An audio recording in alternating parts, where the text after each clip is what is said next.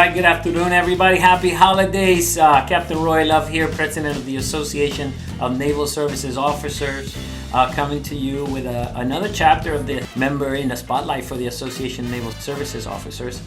And today we have with us Lieutenant Berto Perez, United States Coast Guard, and the President of the ANSO New England Chapter. Berto, ¿cómo estás? How are you? Todo bien, buenas tardes. Thanks for taking the chance to interview me and share a little bit of my history and my journey through the Coast Guard. No, it's my pleasure and my honor, Berto, to talk to you. You know, I saw you up there in Newport a few months ago during September Hispanic Heritage Month event. That was an awesome event that you and the chapter put together there with the help of the MWR folks in the station. And what a great time. I really appreciate you doing that.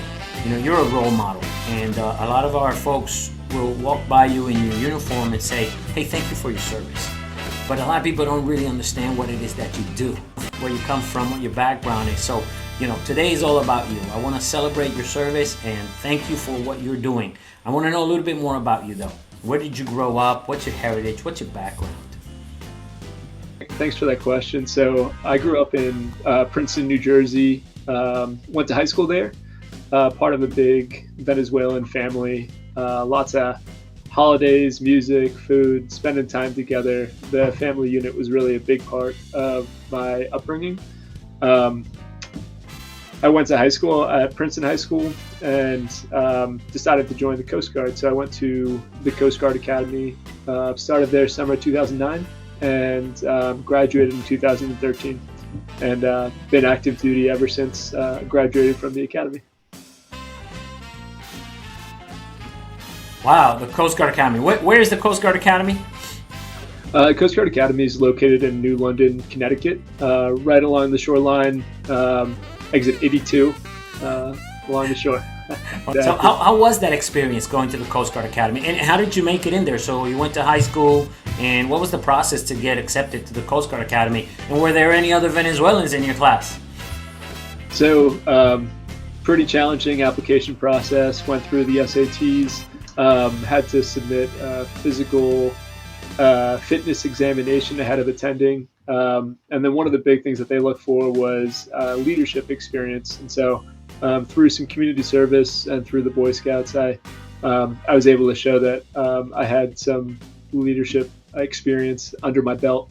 Applied, and about 10 days after I graduated high school, I reported into SWAB Summer, which is kind of like the boot camp for the Coast Guard Academy. And then from there, it was a 4-year program, graduated with a Bachelor of Science, but they also weaved in some military aspects into that education program. Every summer, we did what you might consider an internship at a civilian school, where you either practice your leadership skills or go out on a ship and train to be a future Coast Guard officer.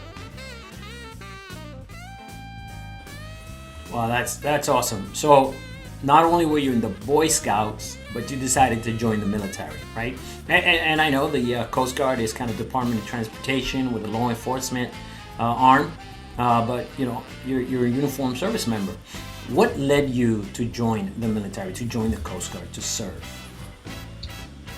So for me, the reason that I decided to serve is I always was attracted to the idea of being in the military and serving my country, but what was unique about the Coast Guard was the humanitarian service aspect, the idea of giving back and helping others through military service. That was really what made it unique to me and appealed to the service that I'd grown up around. A little background about my Venezuelan ancestors. They're from a small island called La Isla de Margarita. It's about 200 nautical miles east of Caracas, and everyone that grew up on that island was in some way associated with a nautical trade, and so it runs in my family. Fun fact: my great uncle was actually vice admiral in the Venezuelan Navy, Enea Rivas. He served for many years, and though I never got a chance to really talk to him about his service, he's inspired me and motivated me through his service to pursue something maritime through the military and the Coast Guard. That's incredible. I have been to La Isla de Margarita and I loved it. Absolutely. You know, I'm from the Dominican Republic, so we're practically Caribeños los dos, because you're right there. You know, a little bit south, but and not on the mainland. So in El Caribe, and that's excellent. What a beautiful place, and what a beautiful, rich history, and a great reason for joining. You know, to serve. But you have that background, that naval background, that maritime background in your blood. And that's awesome. Thank you. So what do you do at work, right? I see you're a lieutenant in the United States Coast Guard. You got all these ribbons on. I know you've been at sea multiple times. Tell me a little bit about your service. What are your duties and responsibilities right now? So currently I'm at an ashore unit. I'm at Coast Guard Sector Boston, and I'm the Chief of Incident Management. So as the Chief of Incident Management, I lead a team of 8 petty officers and officers, and we're responsible for the pollution response efforts across the coast of Massachusetts, north of Cape Cod, all the way to the Massachusetts-New Hampshire border. So to simplify that, if there's an oil spill or a hazardous substance that gets into the water or threatens the water, then our team goes out, responds, investigates, and finds a way to make sure that gets cleaned up.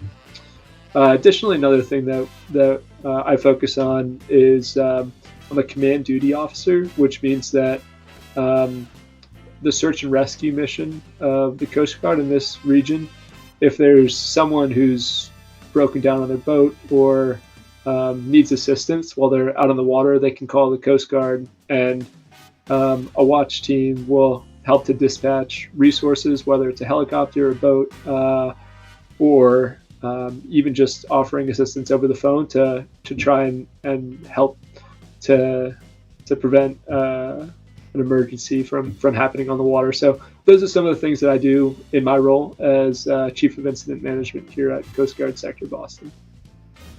Wow, that's an incredible responsibility to have to go out there and investigate these major oil spills that hurt the environment so much. So thank you for that. Tell me your sea story. Obviously, you've been around a little while, right? What's the most incredible thing that you've done while in the Coast Guard or in service? So one of my proudest moments in service was when I was stationed down in New Orleans. I was part of a deployable specialized team, maritime safety and security team, and we did deployable security around the country for anti-terrorism purposes. And that was usually what we focused on. But in the summer of 2017, Hurricane Harvey came and it hit Texas really hard. It dropped more rain on Texas than they'd seen in hundreds of years. And the rain just kept coming and the roads started flooding. And being the closest team nearby, we deployed and we started conducting urban search and rescue. So if you can imagine being in your home and the rain just keeps coming, the water keeps rising, water all the way up to the roof. There was a lot of people that got trapped in their homes and needed assistance. Assisted living facilities that were underwater had lost power and needed to be evacuated. And so my team, being one of the first deployable teams out there, we were able to help to evacuate over 900 people during the hurricane, as well as saving over 30 pets. And to me, as I look back on my time in service, it was a team effort, and I'm so proud of my team and that I was able to be a part of that response during Hurricane Harvey. That's just one of the small stories that I have from my time in service, but it's been a great ride, and I'm enjoying every minute in the Coast Guard. Wow. I remember Harvey, Katrina, the images and the things that we saw, and a lot of times you didn't see the Coast Guard members being highlighted, that they were out there. You see a lot of police boats and things like that. But thank you for that. And 900 people rescued. That's amazing. And you said 30 pets, so that's good. Not left Can't behind. forget So, the pets. absolutely. So thank you for that, Berto. So when and why did you join the Association of Naval Services Officers as the president of the New England chapter? Having established that, I'm very grateful that you're a part of this organization. But tell me a little bit about, how you see yourself in ANSO and how you feel about being a part of this group. One of the things that's so special about ANSO is that it's member-run, volunteer supported, and we can't do it without the volunteers that are part of that the organization. And so my first experience with ANSO was in 2016. I attended the annual symposium in Washington, D.C., and it was energizing, rejuvenating experience where I was able to meet other Hispanic, Latino officers and petty officers in the Coast Guard that were looking to give back, looking for ways to advance their career, and more than anything, that created a sense of community, just people with similar upbringings and backgrounds that we're all working towards shared goals. That was my first symposium. I left, like I said, energized and motivated and ready to save the world. And it was the first of my 3 symposiums. So I once again had the chance to attend in 2018 in Miami and then virtually this last year. As I reflected on my culture, my heritage and upbringing, I really wanted to give back. I felt it was time to share what I had learned and what I had seen, and to help uplift others through the Association of Naval Services Officers. And so really proud that we were able to stand up a Boston chapter, and we've been hitting the ground running since early 2021. We've accomplished a lot, and I'm so excited about the great things that we're going to continue to accomplish as part of the New England chapter. That's awesome. Thank you, Berto. I mean, you're doing amazing work, and I look forward to having a symposium up there in New England eventually. As you know, we're getting ready for our April symposium, which will be in Norfolk. So I want to see you down there, brother, and bring as many of the team from up in Boston as you can. But eventually here in Washington D.C., we're going to have something in September as well. So Great. There'll be another 2 opportunities this year for all of us to get together and really talk, mentor, talk about leadership and help develop each other and grow in this. So it's almost Christmas, and we soon will begin a new year. 2022 is right at the door. The Hispanic Heritage Month theme this year was Esperanza, hope. So what are your hopes for this year and the future? Well, for one, I hope that ANSO continues to have the success that it's had over the last decade, and that it continues to grow. But I think as I reflect on the idea of hope, I'm given hope by the talented members that are part of our organization, the people that we get to interact with on a daily basis. Even the most junior petty officers, they're so talented and committed to giving back their growth and really just being the best version of themselves that they can be. And so that gives me hope for the future. To me, hope means just looking, seeking to improve ourselves, improve each other. And I think that's what the Association of Naval Services Officers is all about, is giving back and helping each other to succeed. We're good individually, but we're even stronger as a team. And ANSO is all about teamwork, supporting each other, and leaning on each other's strengths so that we can continue to grow and be the best that we can be. That was extraordinary. Thank you, Berto. And my hope is that you will have the best new year ever. That everything will work out great for you guys up there in New England. We're here for you to support you any way you need. And we look forward to just being able to get together again in person a little bit more often than we have as this coronavirus COVID threat gets kind of under control. So ANSO is about familia, right? And part of what we do is recruiting, it's retention, and it's leadership development, and it's helping our members grow internally. But on the recruiting side, you've had a really great career so far. And you're a lieutenant in the Coast Guard right now, young man from Venezuela who has made it and is continuing on the right path to do great, wonderful things.